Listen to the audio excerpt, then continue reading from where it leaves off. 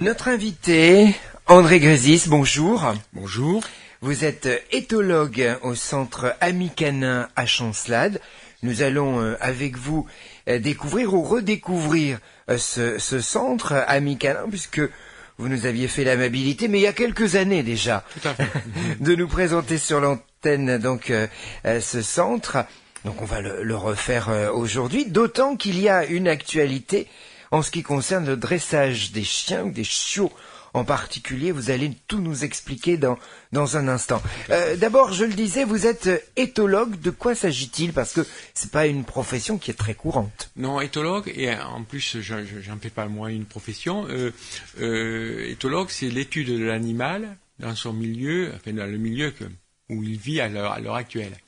Il y a eu des grands éthologues qui ont été en 1973 prix Nobel. Il y a eu 3 prix Nobel d'éthologie qui découlaient des prix Nobel de médecine.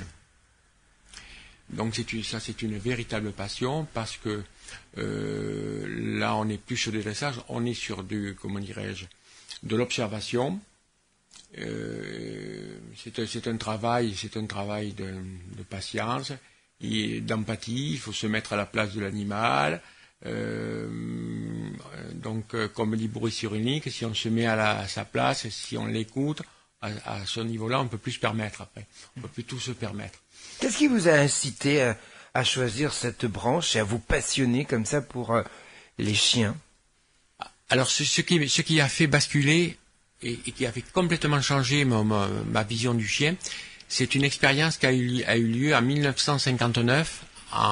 C'était en URSS à l'époque, par un grand généticien qui s'appelait Belaïev, et qui a pris des renards très sauvages, et qui, de génération en génération, a choisi les plus doux. Et au bout de 10 générations seulement, ce qui remet pas en cause, mais par rapport à ce que disait Darwin, où il fallait des centaines de milliers d'années pour qu'une race se transforme, là, ça s'est passé quasiment 10 ans. C'est-à-dire que les renards ont commencé à avoir le pelage qui s'est teinté, s'est éclairci, la queue s'est allongée et ils se sont mis à aboyer. C'est-à-dire qu'en 10 générations, les renards sont devenus des chiens.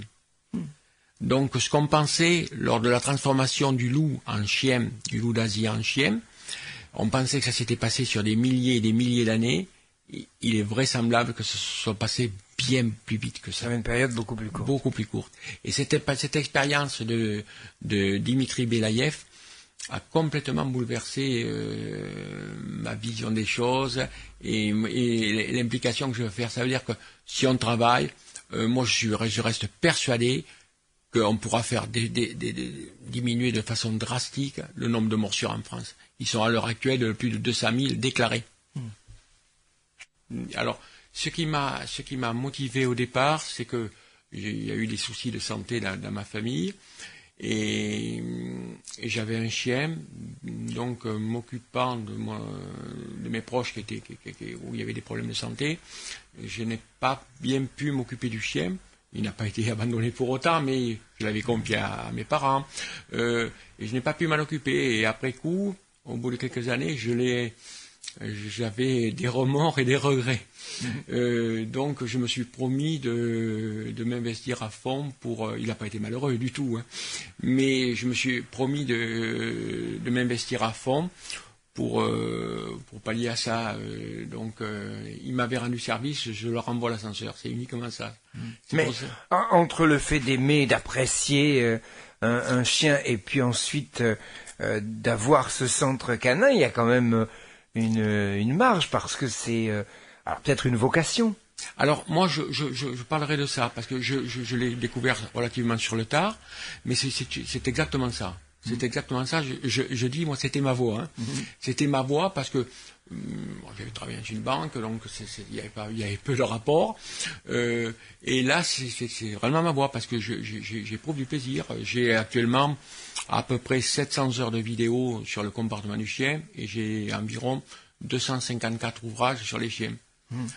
Quelle que soit leur race, quel que soit leur âge, absolument, leur sexe. Absolument, quelle que soit leur race, quel que soit leur sexe, quel que soit leur âge, absolument.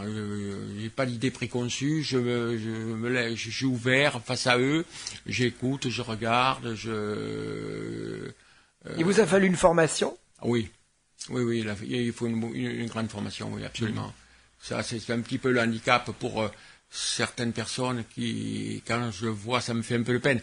Des comportementalistes, entre guillemets, être comportementaliste au bout de 2-3 ans, c'est pas possible. Ça n'est pas possible. Et il faut faire plein de rencontres. D'abord, il y a des études. Ensuite, il faut faire beaucoup de rencontres. J'ai eu cette chance, grâce à des amis, de pouvoir côtoyer des vétérinaires comportementalistes.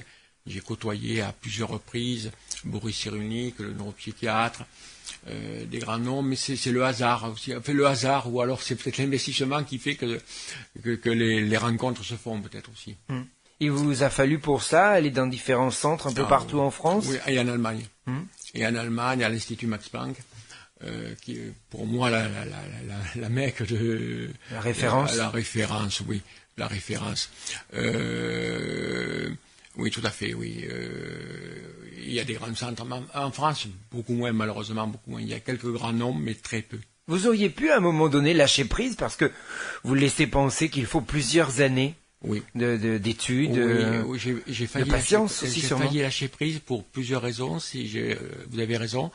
C'est parce qu'à un moment donné, j'avais le sentiment d'avoir le savoir-faire, mais de pas le faire savoir.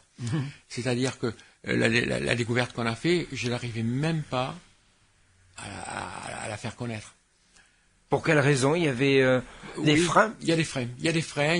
Administratifs au niveau du public? Il y a des freins si vous n'avez pas eu un certain cursus, a priori vous ne seriez pas crédible. Quelles que soient les rencontres, le cursus que vous avez, il y a un milieu, c'est un petit peu fermé. Oui, effectivement, il y a ça. Il y a ça. Ensuite, bon, il y a des médias qui sont ouverts, comme vous. Et puis il y a des médias où on vous demande de faire plutôt de l'audimat que des choses bien référencées, et moi je l'ai pas trop accepté ça, donc disons qu'on est curieux, on a envie de discuter avec vous et de découvrir ce centre Ami Canin à Chancelade. En plus ça fonctionne vraiment merveilleusement bien, parce que là actuellement j'ai deux petits chiens qui se battent et qui sont âgés, donc il faut découvrir pourquoi ils se battent. Est-ce que ça vient de l'environnement, et ça vient aussi de l'environnement, des maîtres, ça peut bien sûr, de l'environnement. C'est tout un ensemble de choses qui fait que. Mais après, il faut détricoter, puis il faut remettre en place une thérapie comportementale, et puis il faut que ça cesse. Il faut que ça cesse. Moi, ce que je veux, c'est que de la bagarre, on retrouve l'harmonie. Et c'est mon grand bonheur. Et c'est fait. Ça commence à se faire. Donc, c'est un plaisir, ça. Alors, vous allez nous expliquer comment, évidemment, dans un instant. Radio Liberté 96.1.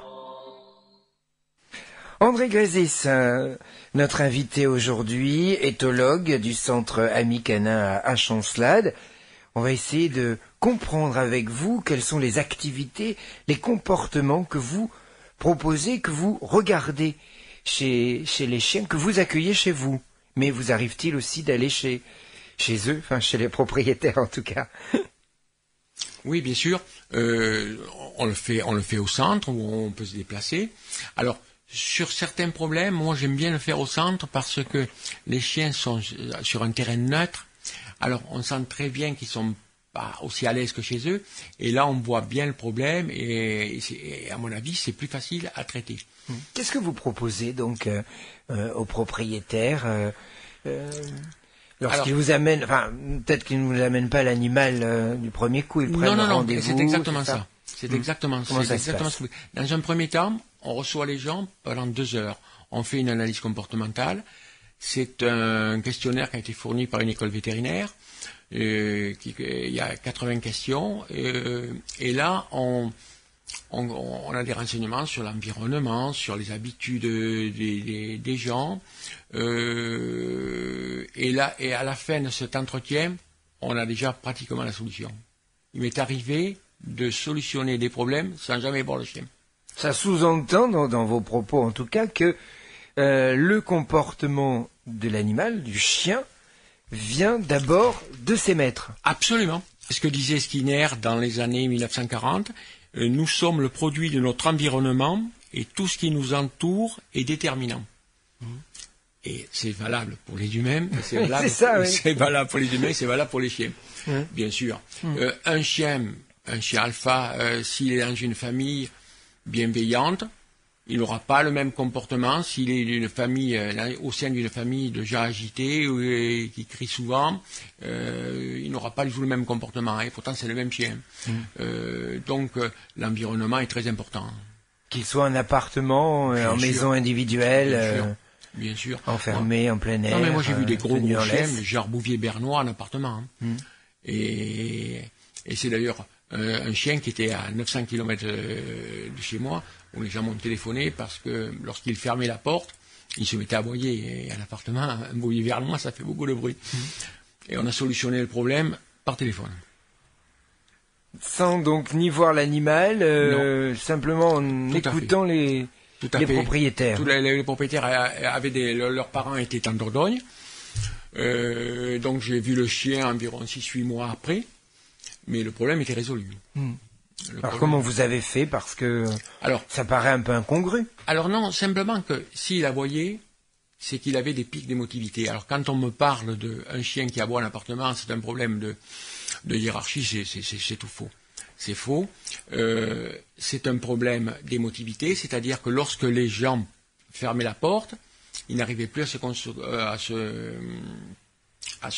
réconforter, il se mettait à aboyer, il était persuadé que le monsieur et la dame, il les reverrait jamais. Donc, il y a un problème de grande émotivité. Donc, si on travaille sur cette émotivité-là, tout est résolu. Pour quelle raison le chien avait-il cette crainte de ne pas revoir ses maîtres? Comme les humains. Alors que logiquement, ce n'était pas la première fois que ses maîtres partaient. Alors, ce qu'il y a, c'est que tout le monde fait une erreur monumentale. C'est-à-dire que lorsqu'on reçoit un chiot, la première fois qu'on reçoit un chiot, figurez-vous qu'on l'enlève de sa meute, on l'enlève de sa mère, de la maison où il a ses habitudes depuis 2 ou 3 mois, et on le met dans une maison qu'il ne connaît pas, avec des gens qu'il ne connaît pas, et ensuite, généralement, on l'isole dans une pièce où il est tout seul. Ça ne peut pas fonctionner. Et il faut créer d'abord un attachement. Donc il faut le garder dans la chambre, je suis désolé, mais il faut faire ça. Ensuite, au bout de 1 mois, 2 mois, il faut créer un détachement pour le rendre autonome. Et là, on aura déjà un chien équilibré. Mais si d'ores et déjà, on l'isole dans une pièce qu'il ne connaît pas, dans une maison qu'il ne connaît pas, avec des gens qu'il ne connaît pas, bien sûr, dès le premier jour, on va créer l'anxiété.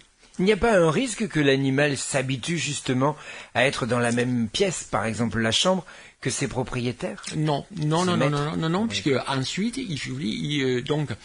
on crée un attachement dans un premier temps, et ensuite il faut créer un détachement, mais c'est beaucoup plus facile quand il est habitué à la maison. On n'est pas obligé de le faire en une seule fois, on peut le mettre sur le couloir, puis ensuite le mettre dans une autre pièce, ça se passe généralement sans problème. Le faire progressivement. Progressivement, toujours. À partir de quand un maître peut-il recevoir un chiot? Alors, c'est là l'immense problème, c'est-à-dire qu'en France, on a les chiots vers 3 mois, environ 3 mois et demi, des fois 2 mois, mais c'est souvent après les vaccins. Et c'est là le gros problème. C'est trop tard? C'est trop tard. C'est trop tard pour commencer l'éveil parce que il existe un phénomène qui s'appelle la synaptogénèse. De quoi s'agit-il? Je vais vous lire 2 mots. Alors c'est pas un mot courant non plus. Alors du tout. Alors c'est un neurobiologiste qui s'appelle Jean-Pierre Changeux qui a découvert ça. Je vais vous lire les 3 lignes de sa théorie. À la naissance, la croissance neuronale n'est pas terminée. Elle se poursuit de façon chaotique au cours des premières semaines du développement. C'est-à-dire que la synaptogénèse commence avant la naissance, dans le ventre de la mère, et s'arrêtera à 2 mois et demi. Donc de très nombreuses connexions, les synapses, donc la synaptogénèse, sont élaborées. Chaque neurone peut en établir plus de 10 000, mais toutes ces connexions ne persisteront pas. Ça, c'est important. Celles qui ne seront pas assez stimulées, celles qui ne seront pas assez différenciées disparaîtront. L'environnement détermine les stimulations, donc c'est ce qu'on disait tout à l'heure, qui vont favoriser le maintien d'un nombre optimal de connexions. Pas assez de stimulation et le filtre sensoriel sera de mauvaise qualité, mais trop de stimulation aura le même résultat. C'est-à-dire que s'il y a trop de stimulation, les écoutilles se ferment, le chien, un peu, je dis toujours aux gens, c'est un peu comme si 30 personnes vous parlaient en même temps. Donc il y a par manque de, il décroche et par manque donc on ne stimule pas et il n'y aura pas de connexion et c'est le problème des chiens en France, c'est-à-dire que comme ils ne sont pas stimulés comme il faut et assez tôt. Alors moi je parle pas d'éducation, je parle d'éveil. Je parle d'éveil, il faut commencer. Comme un bébé. Pareil. Il y a une histoire actuellement d'un bébé à Terrasson qui est resté fermé dans un coffre de voiture et les pédiatres se rendent compte qu'il a un retard monumental. Donc ce retard, il est dû au manque de stimulation, parce que dans un coffre, il n'y en avait pas du tout, comme les chiens qui restent dans des granges jusqu'à 2-3 mois, ou dans une pièce avec la mère, mais c'est très insuffisant au niveau de stimulation. Aux États-Unis, les chiens destinés à être confiés à des handicapés ou des aveugles sont portés, les chiots, sont portés dans des porte-bébés, ils vont partout. Dans des magasins. On n'est pas habitué en France. Du tout. C'est même pas autorisé parce que dans de nombreux endroits, les animaux sont interdits. Alors, ils ne marchent pas parce qu'il faut pas avoir de contact. Alors, les gens me disent, oui, mais avant cette époque-là, ils risquent d'attraper les maladies. J'ai dit, oui, ça c'est évident, mais le problème, c'est que vous, quand vous les avez chez vous, vous n'avez pas un pédilube à l'entrée de votre maison pour désinfecter vos chaussures et vous rentrez tous les microbes de l'extérieur dans la maison. Donc il est au contact des microbes. Alors que s'il est amené dans un porte-bébé, alors s'il est amené tout petit dans un porte-bébé, il va avoir les connexions vont se faire au niveau des voitures, des roues, des feux, de la circulation, des gens, des magasins, et on aura après des chiens qui n'auront pas peur de ça. Donc il faut les habituer. Bien sûr, il faut commencer très tôt. Alors donc moi j'ai commencé déjà sur le deuxième chien que j'ai. Tout a été filmé et ça fonctionne dès 1 mois et demi. Dès 1 mois et demi, dès le lendemain, et la dernière sur qui on a fait l'expérience totalement, n'a jamais fait pipi ou caca dans la maison. Alors vous attisez notre curiosité, on va continuer cette discussion avec vous. Dans un instant, on marque une pause, à tout de suite. Avec plaisir. Radio Liberté. Radio Liberté. Au cœur de votre région. Au cœur de votre région.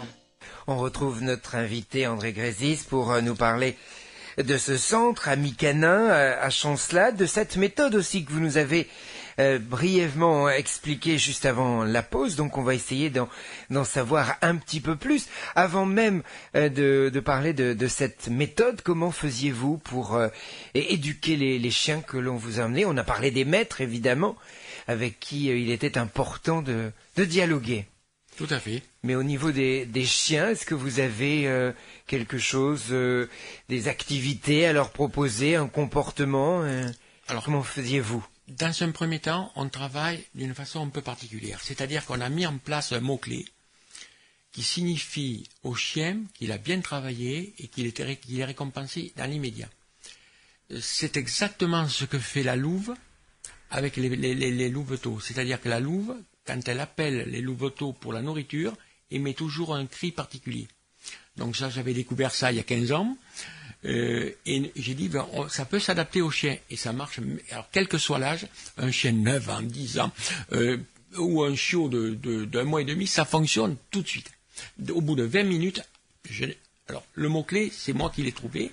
Effectivement, d'après un livre d'éthologie.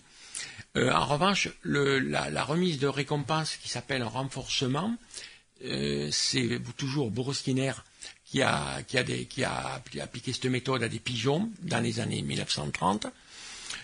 C'est-à-dire que les pigeons, ils voulaient qu'ils tournent à gauche. Alors quand ils tournaient à droite, il ne se passait rien du tout dans une cage particulière. Et lorsqu'ils tournaient à gauche, ils avaient des graines qui tombaient avec une télécommande faisait tomber des graines. Au bout de 20 minutes, ils tournaient systématiquement à gauche. Et les chiens, c'est exactement pareil. Au bout de 20 minutes, ils ont quel que soit l'âge et quel que soit le problème, ils ont compris que lorsqu'ils adoptaient des attitudes particulières, ça entraînait des récompenses. Et ils sont tellement malins et opportunistes qu'au bout de 25 minutes, 30 minutes, c'est eux qui anticipent. En disant, t'as vu, j'ai adopté cette attitude, donc envoie une récompense. Ce qu'il ne faut pas faire, puisque c'est à notre demande qu'il doit adopter l'attitude. Mais c'est un jeu entre eux et ça se passe très bien puisque là ça devient ludique. Alors cette méthode, a été appliquée aux enfants autistes. C'est une des méthodes. C'est la méthode ABA, assistant behavior, puisque je suis behavioriste. Alors, behavioriste, il faut que je vous dise ce que ça veut dire. Parce que on m'a critiqué assez là-dessus, en disant behavioriste, c'est du dressage. Non, ce n'est pas du dressage, puisque en anglais, behavior, ça veut dire comportement. Donc, je suis comportementaliste, puisque je pratique le behaviorisme, c'est la traduction de comportement. Donc, ça n'est pas... C'est-à-dire que je ne travaille uniquement qu'avec des récompenses. Il n'y a pas de cris, pas de coups, bien entendu. Donc, c'est une ambiance d'apaisement, ce qui fait que même les chiens agressifs comprennent très rapidement qu'ils ne seront pas battus et que s'ils adoptent des attitudes que je veux, c'est-à-dire, par exemple, se présenter systématiquement assis devant moi. Ce n'est pas une question d'humiliation, c'est parce qu'ils démarrent moins vite. Donc, ils sont assis devant moi, ils sont beaucoup plus calmes, posés. Donc, en ce moment-là, ils ont des récompenses.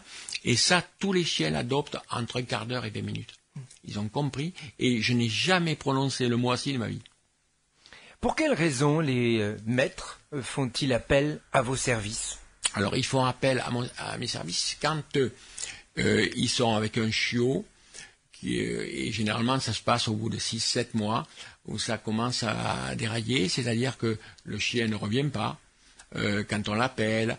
Le chien n'est pas obéissant. Il n'est pas obéissant, il saute sur les jambes. Alors, ça peut être lorsqu'il y a eu une opération sur des humains, ça peut être problématique, ou sur des enfants. C'est pas fait pour faire mal, le chien ne le fait pas pour faire mal, mais un chien qui saute, et il saute avec les griffes à la hauteur d'un visage d'enfant. Et donc il peut faire des dégâts. Donc par la méthode que l'on applique, ça fonctionne. Parce que j'ai mis sur le site une vidéo où l'on voit 2 enfants de 9 ans face à 2 malinois. Et les malinois, c'est déjà des chiens assez conséquents.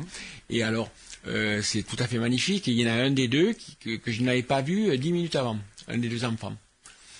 Et c'est vraiment magnifique parce que les chiens travaillent comme s'il y avait un effet miroir. C'est-à-dire, ils arrivent tous les deux, ils s'assoient tous les deux systématiquement devant les enfants. En Allemagne, on fait faire ça à des enfants très très jeunes. Là, je n'ai pas inventé cette méthode, elle vient d'Allemagne. Et ça fonctionne merveilleusement bien. Les chiens s'assoient systématiquement devant les gens. Ça devient une convention. Je ne parle pas d'ordre, je parle plutôt de convention, mais c'est systématique. Ce qui fait que s'ils prennent cette habitude, eh bien, ils ne sautent plus. Quelles sont les raisons pour lesquelles un chien n'obéit pas à ses maîtres? Alors, c'est très simple. Si un chien n'obéit pas à ses maîtres, c'est parce qu'il ne les comprend pas. Dans la mesure où il commence à comprendre, au bout d'un quart d'heure, c'est fait. C'est pas des années, c'est pas des mois. Au bout d'un quart d'heure, il a compris. C'est-à-dire, moi je prends souvent l'exemple, j'aime bien travailler par image, j'ai dit aux gens, c'est un peu comme si vous étiez face à un martien. Ben, vous n'allez pas comprendre ce qu'il va vous raconter, et lui non plus. Donc, à partir de là, ben, il y a plus de compréhension, chacun fait ce qu'il veut, et le chien devient autonome, mais dans le mauvais sens du terme. C'est l'animal qui doit s'adapter à l'être humain ou l'inverse? Alors, malheureusement, c'est l'animal, mais c'est l'animal, enfin, dans certaines conditions. Moi, je parle de façonnage. Je parle même plus d'éducation, de dressage. Le problème, c'est que les chiens sont obligés de traverser sur les clous, donc ils sont livrés à une vie d'eux-mêmes. Ils sont seuls la journée, souvent. Donc, il faut les façonner à pouvoir vivre avec des humains. Ils ont le même patrimoine génétique, bien qu'étant très éloignés du loup, mais ils ont le même patrimoine génétique que le loup d'Asie. Donc, ils ont été confrontés en un siècle aussi à voir leur vie complètement changée. Ils ne sont plus dans des fermes à pouvoir courir quand ils veulent. Donc, on ne saute plus sur les gens. Il n'y a pas de raison qu'on agresse. On peut ils aboient sur le facteur, mais pour des raisons très particulières. C'est dû à l'odeur? Ah, pas du tout. C'est très simple. Alors là, il y a eu l'odeur, le costume, la mobilette. Non, c'est pas ça. Le problème, c'est que le chien a un territoire. C'est le territoire, le jardin. Donc le facteur arrive, touche la maison en mettant le courrier. Dans la boîte aux lettres ou la poignée de la porte. Voilà, donc le chien aboie. Donc le facteur ayant mis son courrier va chez le voisin. Mais le chien ne le visualise pas comme ça. Lui, il considère que c'est parce qu'il a aboyé qu'il a fait partir l'intrus. de la maison. Et le lendemain, donc si ça a marché ce jour-là, ben on va recommencer le lendemain. Je veux pas qu'il reste devant la maison.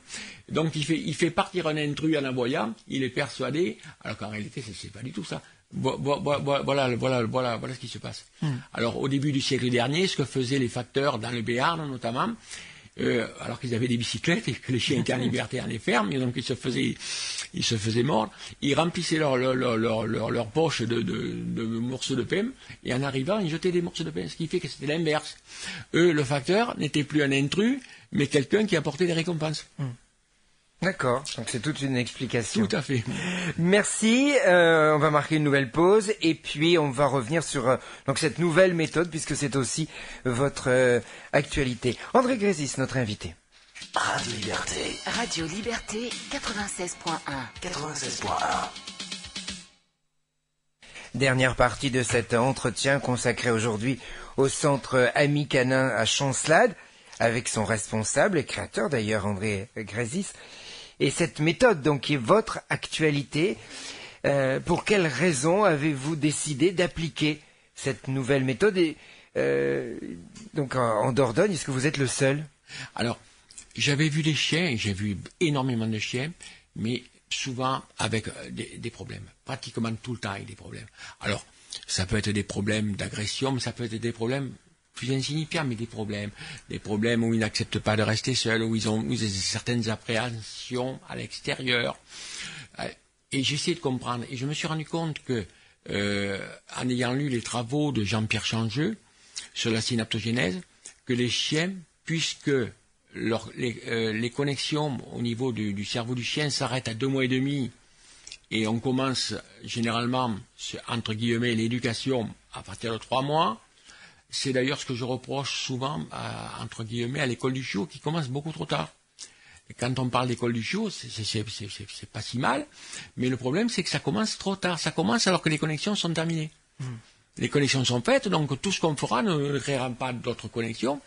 Donc on fait du copier-coller, mais il faut commencer beaucoup plus tôt. C'est pour ça que moi, je considère qu'il faut commencer à 1 mois et demi. Alors c'est une période que j'appelle l'éveil. Donc, les futurs propriétaires, j'aime pas le mot propriétaire ni maître. Le maître, pour moi, c'est celui qui sait, c'est pas celui qui possède. Et propriétaire, ça me gêne beaucoup. D'ailleurs, les grands intellectuels en ont parlé cette semaine, et moi, ça fait des années que j'en parle. C'est parce qu'on l'achète, souvent les chiens, qu'on pense être le propriétaire. Donc ça me gêne beaucoup. Je parle moi d'accompagnant, je préfère d'autres termes que cela. Donc il faut commencer beaucoup plus tôt. Et donc moi j'ai commencé pour la dernière petite chienne, la première j'ai commencé à 2 mois, il me restait 15 jours, pour 15 jours avant que les connexions soient terminées, et là j'ai commencé à 1 mois et demi. Dès le lendemain, on a commencé, tout est filmé en vidéo, et ça fonctionne tout de suite. Qu'est-ce que ça apporte le film? Alors le film permet d'abord de démontrer qu'il y a eu le travail et quel est le travail qui est fait, puisque là déjà à 1 mois et demi et 2 jours, on voit que lorsqu'elle entend place, elle rentre dans son parc, puisqu'elle est dans un parc de bébés. C'est la méthode de Jan Dunbar, qui était professeur en école vétérinaire, qui vit aux États-Unis et qui est pour moi le numéro 1 au monde, que je ne rencontre d'ailleurs que dans des écoles vétérinaires en France. Donc, lorsqu'elle entend place, elle rentre dans son parc et elle s'assoit. Et elle n'a qu'1 mois et demi. Et alors, c'est un jeu, entraînez-moi, puisqu'elle a compris déjà à 1 mois et demi qu'il n'y a pas d'ordre, il n'y a pas de contrainte. Mais si elle est assise, il y a quelque chose qui arrive d'appétant. Comme pour les enfants autistes, lorsqu'ils font quelque chose de bien, ils ont tout de suite ce que l'on appelle un renforcement primaire, c'est-à-dire une récompense sous la forme de gourmandise, on va dire. Je parle de gourmandise parce que j'avais lu ça dans une thèse vétérinaire de 1927, et le mot gourmandise qui est plus usité maintenant, mais ça me plaît bien. Ça me plaît bien de leur donner une gourmandise. Et c'est fabuleux parce que dès 1 mois et demi, ça fonctionne. Alors, elle avait compris dès 1 mois et demi, lorsque je l'amenais dehors, et tout ça, il filmait, qu'elle faisait pipi dehors, donc elle était récompensée aussi, parce qu'elle faisait dehors et pas dedans. Donc, ça se met en place, ça crée des connexions dans son cerveau. Ensuite, je l'amène à l'extérieur. On a essayé de créer, j'ai essayé de créer le maximum de connexions que je pouvais avec des humains, des chiens, d'autres chiens. On l'a filmé avec d'autres chiens. Ça se passe merveilleusement bien. Mais elle a été confrontée à d'autres chiens, ce qui fait que maintenant, lorsqu'elle voit des chiens, ça n'est plus quelque chose qui n'est pas connecté et ce n'est pas une crainte pour elle. Lorsque vous avez appliqué cette méthode au chien, l'animal retrouve ses maîtres propriétaires, parce que vous employez le terme que vous souhaitez. Est-ce que la réaction a été suffisamment assimilée par l'animal pour que finalement il applique cette méthode ensuite inconsciemment? Tout à fait. Alors c'est exactement le mot. C'est inconsciemment. C'est-à-dire que ça devient un conditionnement. Alors, moi, il y a quelque chose qui me freine un peu dans le mot conditionnement, parce que c'est vrai que quand on dit conditionnement, on peut dire aussi, ça je l'accepte, que ça ressemble un peu à de la corruption. C'est vrai, je l'accepte, mais entre ça et des colliers électriques et des coups, j'ai vite choisi. J'ai vite choisi parce que... C'est pas la solution. Ah non, ça crée l'harmonie tout de suite, ça crée l'harmonie. Moi, le collier électrique qui provoque des micro-brûlures et qui s'appellent des kéloïdes et qui sont cancérigènes, plus une anxiété monumentale, moi j'ai vite choisi. Alors c'est vrai que ça peut ressembler à la corruption, mais en réalité c'est un échange de bons procédés. Comme disait une vétérinaire de Munich, une grande comportementaliste, elle disait, et vous, qu'est-ce que vous faites pour rien? Aux humains qui lui posaient la question de la récompense pour l'animal. Et vous, qu'est-ce que vous faites pour rien? Ben, c'est son salaire. Il fait quelque chose que je lui ai demandé de faire, que j'espère qu'il va faire, il a son salaire. Son salaire, c'est pas un chèque, c'est un petit morceau de saucisse. Et on a des chiens vraiment où on peut vivre en harmonie parce que il n'y a plus d'agression, ils se jettent pas sur les gens. C'est bien plus agréable. Moi, je les amène à l'hôtel quand je vais faire des séminaires. Ça me pose vraiment aucun problème.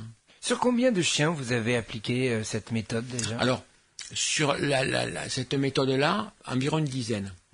Une dizaine parce que c'est très récent. C'est très récent. Et souvent, le problème, c'est que je n'ai pas, moi, les chiens très de bonne heure.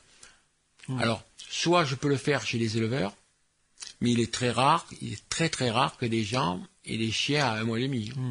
C'est pratiquement... moi, ils me sont offerts par des agriculteurs dans les Pyrénées. Donc, je peux les avoir à l'âge que je veux. Donc, c'est plus facile. Mais des gens qui veulent acquérir un chien peuvent difficilement l'avoir avant les vaccins, donc avant 3 mois. Et c'est là où les éleveurs doivent s'impliquer. C'est les éleveurs qui doivent faire le travail. Combien de temps dure cette méthode? Combien de temps vous mettez pour l'appliquer? Alors écoutez, la méthode elle-même, on peut considérer qu'à partir de 2 mois et demi, c'est terminé. Donc le chiot à 4 mois après, à la fin, dans l'absolu. Ah, mais après, on peut faire, comme je vous disais tout à l'heure, du copier-coller à partir de 2 mois et demi. Mais ça sera du copier-coller. Mais au niveau de la synaptogénèse, ça s'arrête à 2 mois et demi. À quelques jours près. Mais quelle que soit la race. Ah oui, quelle que soit la race. Quelle que soit la race. Après, pour qu'il devienne adulte, en fonction de la taille, là, il y a des différences. Mais au niveau de la formation du cerveau, alors chez un enfant, la synaptogénèse existe aussi. Mais là, on est plutôt sur un ordre de 4 ans ou 5 ans. 4 ans ou 5 ans. Mais vous voyez, sur l'affaire de Terrasson, on s'est rendu compte qu'un bébé qui était fermé, qui n'avait aucun contact, donc aucune connexion, pratiquement aucune connexion, avait un retard déjà. Sauf avec sa mère qui le voyait... Voilà. Mais ce que disait le psychiatre, c'est que dans le cas de cet enfant-là, on peut penser qu'on peut rattraper, puisque la connexion, la synaptogénèse n'est pas terminée. La différence avec ce bébé de Terrasson, c'est qu'on ne sait pas, sa vie adulte, s'il aura des séquelles de ses premiers mois où il a été enfermé dans un coffre et coupé de la société, évidemment. Tout à fait. Merci beaucoup, André Grésis, d'avoir été notre invité. On va terminer avec quelques infos, téléphone, site internet, puisqu'on peut également retrouver Ami Canin sur internet. Bien sûr. Comment faire pour vous contacter? Alors le site, c'est http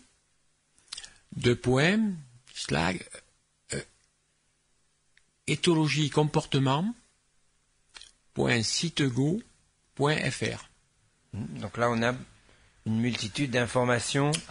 Il y a même des vidéos. D'accord. Il y a des vidéos.